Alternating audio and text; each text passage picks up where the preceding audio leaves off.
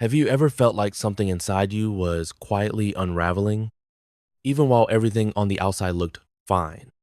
Let me tell you the truth, most people never say out loud. Most people don't survive their spiritual awakening, not because it kills them, but because it undoes them.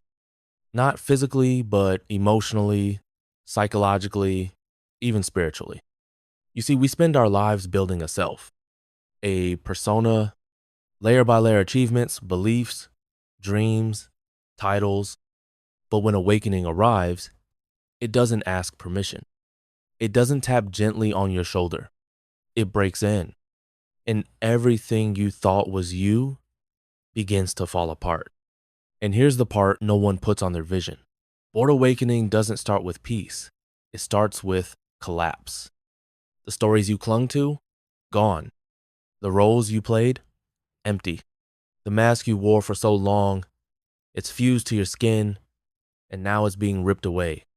Not slowly, brutally. Because real truth doesn't free you with comfort. It frees you by shattering the lie. You might hear people talk about light and oneness and love when they speak of awakening, but they rarely mention the screaming silence, the existential earthquake, the moment when everything stops making sense and you're left standing in a life that suddenly feels like a dream you no longer believe in.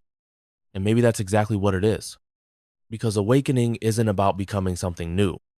It's about seeing finally how much of your life was built on who you had to be just to feel safe in a world that never asked who you really were. So the question isn't, can you survive awakening? The real question is, are you willing to let the false self die so the real you can live? There comes a moment in every spiritual awakening when you look around and nothing feels real anymore. The job you used to chase, the people you used to laugh with, the dreams you once fought so hard for, they all begin to lose their color. Not because they were fake, but because you've changed. You feel like a stranger in your own life. And that's when the descent begins. Carl Jung once said, "There is no coming to consciousness without pain." And he wasn't exaggerating. Because awakening doesn't greet you with light it cracks open your meaning of life and asks, was any of it ever real? Your identity starts to feel like a story someone else wrote. Your beliefs, the ones you built your world around, begin to sound hollow. Even your goals, your values, your gods, they no longer hold the same weight. It's not depression. It's not delusion. It's the psychological unraveling of the self-ego death. And no, it's not a metaphor. Ego death is the death of everything you thought you were. It's when the scaffolding of your life, the roles, the routines, the masks collapses, and all you're left with is you. Raw, undefined, uncertain. And let's be honest, that's terrifying. Because nobody teaches you how to live without the mask. They teach you how to be productive, how to succeed, how to be likable, but not how to be real. Not how to fall inward. Not how to lose the version of yourself that the world rewarded. But now, you're here. Not because you failed, but because something inside you was ready. Ready to break free. Ready to descend. And in that descent, something ancient wakes up. Something that's been buried under all the pretending. Something wild, something sacred, and it refuses to be silenced again. The moment your old life begins to collapse, your ego panics. It resists. It clings. It bargains. Because for your ego, letting go isn't just uncomfortable, it's death. And the ego was never built for truth. It was built for survival, for control. That's why awakening doesn't ask for your strength. It asks for your surrender that terrifies the part of you that believes control is safety. Think about it. You were taught how to succeed, how to be efficient, how to wear a smile even when your soul was screaming. But no one ever taught you how to be real, how to crumble with grace, how to fall inward without labeling it failure. We glorify the climb, the hustle, the performance, but awakening strips it all away. It asks you to take off the mask you didn't even know you were wearing, to shed identities you thought were permanent, to stand naked in your own becoming unarmed, uncertain, undone. And here's the paradox. The more you fight it, the harder it gets. The more you grip what no longer fits, the more painful the unraveling becomes. You may feel like you're losing yourself, when in reality, you're finally meeting who you were before the world told you who to be. Surrender isn't giving up. It's waking up. It's saying, I no longer want to carry a life that isn't mine. It's watching the old self burn and not running from the fire. Because awakening doesn't hand you a better version of your past. It burns your past down to ash and then waits to see what, if anything, dares to rise. So ask yourself, when the old life starts to crumble, will you resist? Or will you trust the collapse as the beginning of something real? There comes a moment on the path of awakening when the light dims and the shadows begin to speak. Not the kind of shadows cast by the world, but the ones you've carried inside. The parts of you you've spent years denying, the fear, the jealousy, the pain, the patterns you swore you'd outgrown, yet somehow they still show up in the quiet. This is the part most people turn away from, because awakening doesn't just reveal your light, it confronts you with your shadow. But here's the truth no one wants to admit. You can't become whole by pretending you have no cracks. You can't rise without facing what's been buried. Your shadow isn't evil. It's not the villain. It's the hurt child, the rejected self, the wound that learned to survive in silence. Shadow work means sitting down with those parts without judgment. It means looking the parts of yourself you swore you'd never admit to straight in the eye and saying, you belong here too. That's not easy. It's not clean. Sometimes it looks like old fears resurfacing out of nowhere. Sometimes it feels like self-sabotage, like lashing out, like losing control. But these aren't setbacks. They're signals. Your shadow doesn't speak with politeness. It speaks through your triggers, your jealousy, your defensiveness, your addictions. It's the voice behind the sabotage asking, will you love me even now? And if you can answer that with compassion, not rejection, that's when integration begins. Because the shadow isn't trying to destroy you, it's trying to come home. So when your darkness rises, don't run, don't numb it, don't spiritualize it away. Sit with it, listen to it, honor it. Because the parts of you that seem most unlovable are often the ones that just needed your love the most. Most people think awakening is the end of pain, that once you're awake, life just gets easier. But the truth, awakening isn't the end of suffering. It's the beginning of conscious suffering. It doesn't save you from pain. It hands you a mirror and says, now feel it with your eyes open. This is where most turn back, because real awakening asks for everything. Not your plans, not your success. It asks for your grief, your rage, your silence, your surrender.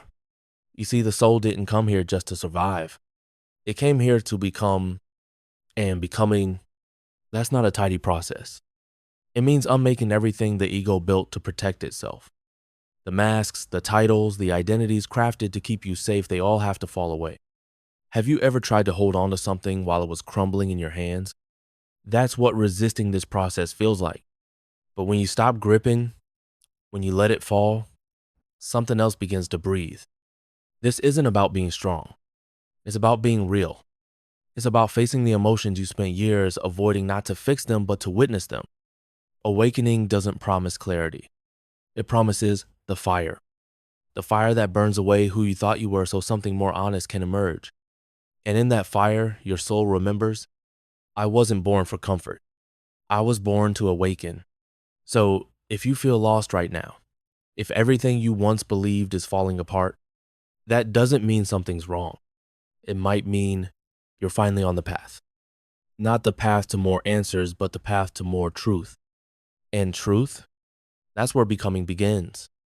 There's a kind of ache that comes with awakening, not the ache of despair, not the heaviness of depression, but something deeper, older, sacred. It shows up like a whisper in the quiet moments. When the distractions fade, when the applause stops, when the routine no longer numbs the hunger underneath it all, it's not pain you're running from, it's the silence that asks you to feel again. This ache, it isn't a mistake. It's not dysfunction. It's the call, the soul's way of saying, there is more, and you are ready. But here's the thing most people never answer. They drown it in productivity, numb it with perfection, bury it under a mountain of to-do lists and small talk. Because to answer, it means losing everything that kept you comfortable, even if that comfort was quietly killing your spirit. The first phase of awakening is not bliss. It's exile. Exile from your old self, from the identities you wore to survive, from the systems you once trusted to define what success looked like. And once you've seen truth, you can't unsee it. Once you've touched the rawness of your own soul, you can't go back to pretending. That's why the ache won't leave you alone. It's not trying to break you. It's trying to wake you. It's asking, what if the life you built was never meant to hold the size of your soul? So if you feel restless, if nothing seems to satisfy you anymore, don't run from it. Don't silence it. Because beneath that sacred ache is the wild invitation to come home to the part of you that never stopped dreaming, even when the world taught you to forget. After ego death comes the quiet, but not the kind of quiet that soothes you. It's the kind that echoes. It's the space between who you were and who you're becoming. There's no map here, no role to play, just a vast, uncertain stillness that holds you like a question. This is the part no one prepares you for because it doesn't look like awakening, it looks like being lost. We call it the void. It's a liminal zonea, sacred in between. And it's terrifying. Why? Because all the things you used to reach for achievement, approval, identity no longer anchor you, and yet the new you hasn't arrived. It's like floating in midair after you've leapt, but before you land. And in this strange in-between, something unexpected begins to rise. Your pain, your triggers, all the emotions you thought you'd buried for good, you feel raw, exposed. And yes, it hurts. But here's the truth. Awakening never asks you to escape pain. It asks you to meet it, to sit with it, to let it teach you what comfort never could. And slowly, you begin to realize the pain isn't the enemy. It's the doorway, the crack in your armor, the fault line where the light begins to break through. You begin to see that your sadness, your anger, your fear, they're not flaws to fix. They're messengers, each one carrying a truth you've been too afraid to face. And if you can resist the urge to run, you'll find that this sacred void isn't empty at all. It's alive. It's fertile. It's preparing you for rebirth. Because only when nothing else remains, no mask, no noise, no illusion, do you finally meet the truth of who you are. There's a quiet turning point in every awakening when the pain softens, not because it disappears, but because you stop running from it. And in that stillness, something unexpected rises. Compassion. Not just for the people who hurt you, but for yourself at every stage. You realize the healing never asked you to be perfect. It only asked you to be honest. You begin to see the child in you who was never fully held, the teenager who built armor just to survive, the adult who confused productivity for purpose, and instead of judging them, you finally start to hold them. Because awakening isn't about fixing yourself. It's not about polishing your pain until it looks presentable. It's about becoming radically honest about what it means to be human. Messy, contradictory, tender, and terrified, sometimes in the same breath. You stop striving to be the best version of yourself. You stop performing for love, for applause, for belonging. And in that surrender, you find something much sturdier than perfection. You find truth, not the kind you preach, the kind you live. You no longer need to be right. You no longer need to be healed on someone else's timeline. You no longer chase confidence like it's a trophy, because now your ground is truth, not approval, not certainty, just presence. And when that happens, you breathe differently. You speak softer. You move with a kind of grace that can only rise from the ashes of self-abandonment. You no longer need to prove your worth. because you finally remembered you were never broken. You were just waiting to come home to yourself. Most people never make it through the fire, not because they're weak, but because no one ever taught them how to stay with discomfort, how to stay with not knowing, how to stay with the soul when everything inside you screams to run. He fire doesn't burn you to punish you, it burns what you're not, so who you really are can finally breathe. But we're taught to numb, to push through, to find the nearest exit anytime life gets too real, too quiet, too unfamiliar. And yet, the real transformation only happens when you stop running, when you stop trying to fix it, and you stay in the grief that has no words. Stay in the space between identities. Stay in the ache of becoming something you can't yet define. Because if you can stay long enough without fleeing, without forcing, something begins to shift. You awaken to a kind of sacred rage, not the explosive kind, but a deep, ancient fire that rises when you realize how many times you betrayed your own truth just to be accepted. How many times you made yourself small just to be safe. That rage, it's not a regression. It's a resurrection. It's the part of you that finally says, no more. No more shrinking. No more silence. No more living for approval while your soul withers in the background. And in that fire, you start to reclaim what was always yours. Your voice, your boundaries, your authenticity. You stop asking for permission to exist. You stop editing yourself to fit into places that were never meant to hold your depth. Because the longer you stay in the fire, the more you realize you were never burning. You were becoming. You'll know you've truly awakened, not by how well you can talk about it, but by how quietly you start to live it. Embodiment isn't loud. It doesn't need applause. It's not a highlight reel on Instagram. It's in how you show up when no one's watching. It's in the way you breathe through a breakdown without turning it into content. The truth is, most people don't want awakening. They want the aesthetic of awakening. And that's not the same thing. Real awakening isn't beautiful. It's raw. It's crying alone in your car because your nervous system is reprogramming itself. It's grieving people you loved because your truth got too loud for their silence. It's watching your old life crumble, not because it was fake, but because it was built by a version of you that no longer exists. No one talks about that part. The part where you stand in a holy emptiness, where your old roles are gone, but the new form hasn't yet arrived. You feel lost. You feel naked. And still, you don't perform. Because something deeper has taken root. Not your persona, not your curated identity, but your essence. The part of you that isn't trying to prove anything anymore. The part of you that doesn't chase purpose, but embodies it in the way you move, in the way you speak, in the way you stay soft when life demands you harden. That's real power, not performance, but presence. So ask yourself, are you living it? Or are you still trying to look like someone who has? Because when the noise dies down and the image fades, what's left is the only thing that ever mattered. The truth of who you are, lived fully and quietly without the need to be seen. There comes a quiet shift, one that's almost impossible to explain, not because it's mystical, but because it's real in a way words can't quite touch. You stop chasing meaning like it's some distant prize. Instead, you begin to embody it in the way you speak, in the way you listen, in the way you love without needing a reason. What if your purpose isn't something you find, but something you remember? Awakening, as it turns out, is not a mountaintop moment.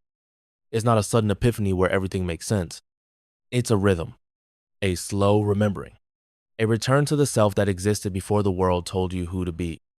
You stop needing to perform for love because somewhere along the way, you realize you are it, not in an abstract poetic sense, but in a grounded, visceral knowing that love isn't something you earn, it's something you are.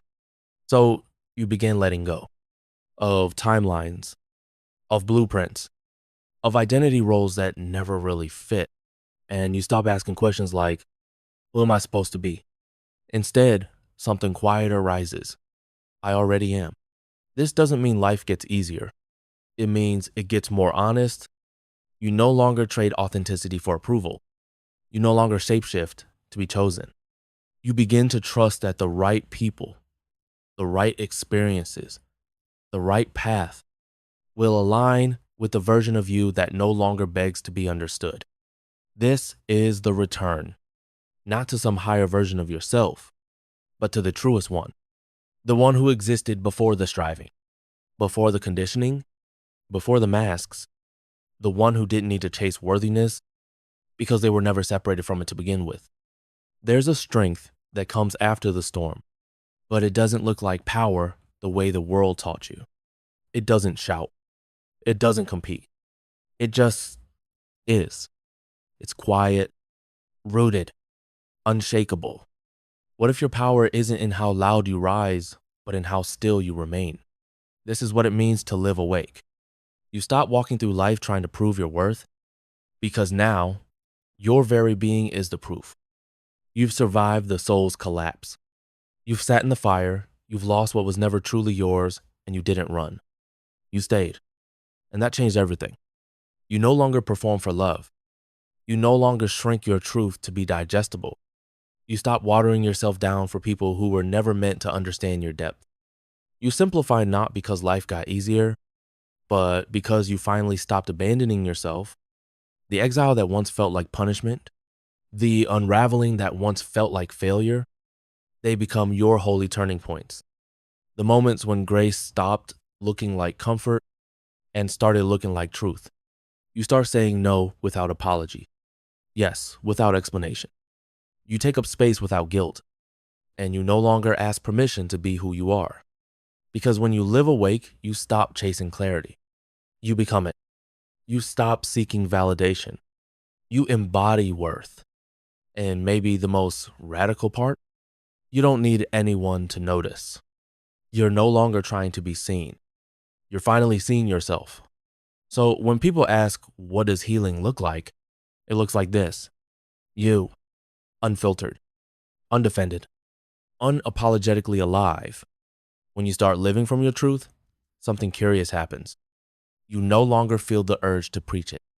You don't need to convince, convert, or correct anyone because your presence becomes the message. You stop trying to wake others up. You simply stay awake yourself. And that's what makes a difference. What if your greatest impact isn't what you say, but what your silence reflects in others? You become a mirror. And not everyone is ready to see their reflection. Some people will look at you and remember who they are. Others will look at you and shatter because your clarity threatens the illusion they've built their life on. But that's not your responsibility. You weren't born to manage anyone's reaction to your truth. You were born to embody it, to stand as living proof that healing is possible. That self-trust is real. That integrity is more powerful than performance. You don't need a podium. You don't need a platform. You just need to stay grounded in who you are, especially when the world pulls you to abandon it. Sometimes your calm presence will soothe the chaos around you. Other times, it will expose it. And yes, people may pull away, not because you've changed, but because they can no longer stay asleep in your presence. And that's okay, because your job isn't to dim your light to make others more comfortable. Your job is to stay lit, especially in rooms that forgot what light looks like. You don't preach change. You embody it. And that kind of embodiment, it doesn't always make you popular, but it does make you powerful. There's a moment quiet, but unmistakable, when you realize you're no longer performing. You're no longer tweaking your tone, adjusting your truth, or editing your energy just to fit in. You've stopped living from the surface. Now, you're living from source. And here's the part that will challenge some people. Healing doesn't make you more likable. It makes you real. And not everyone will like that. But you're not here to be liked. You're here to be you. You begin to rest without guilt. You feel without apology. You speak without shrinking. You no longer wonder if you're too much for the room, because if you are, then it's the wrong room. You stop asking, who am I supposed to be? And instead, something softer begins to rise. I already am. This isn't arrogance. It's alignment. It's the quiet strength that comes when your identity no longer depends on someone else's reflection. You're not reaching for meaning anymore, like it's out there, somewhere, waiting to be discovered.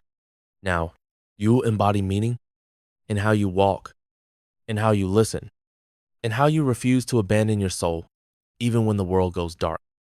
You don't need to shout your purpose from the rooftops.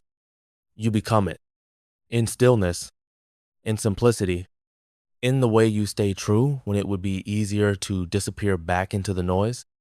You've returned to something ancient, something that was never lost, only forgotten. Now, your existence is no longer a question you keep asking the world. It's an answer you carry in your presence. You don't live to be seen anymore. You live because you finally see yourself. So here you are, not polished, not perfect, but present.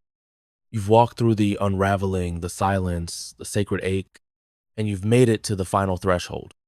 But this ending, it's not about becoming someone better. What if the goal was never self-improvement, but self-return? This final phase isn't about upgrading who you are. It's about embracing who you've always been beneath the masks, the performance, the striving. You begin to hold every part of yourself, the messy, the divine, the broken, the healed, the still in process. You stop trying to escape the human experience. Instead, you inhabit it with reverence, with compassion, with presence. You survived your awakening not because you mastered the pain, but because you stayed when it was tempting to run. You stayed when it got quiet. You stayed when it burned. You stayed when the old version of you begged to be rescued. And now you carry something unspoken, a presence, not to impress, not to validate, but to embody. You no longer chase clarity. You radiate it. You no longer seek belonging. You become the space others remember themselves in.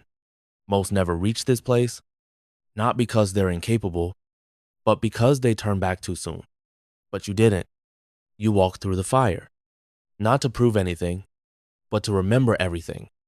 And now, your life becomes the message, not a performance, but a frequency, a quiet revolution of truth. In a world still addicted to illusion, you don't ask the world to understand you anymore. You simply are. And that is the beginning of a life that can't be broken, because it no longer depends on being accepted.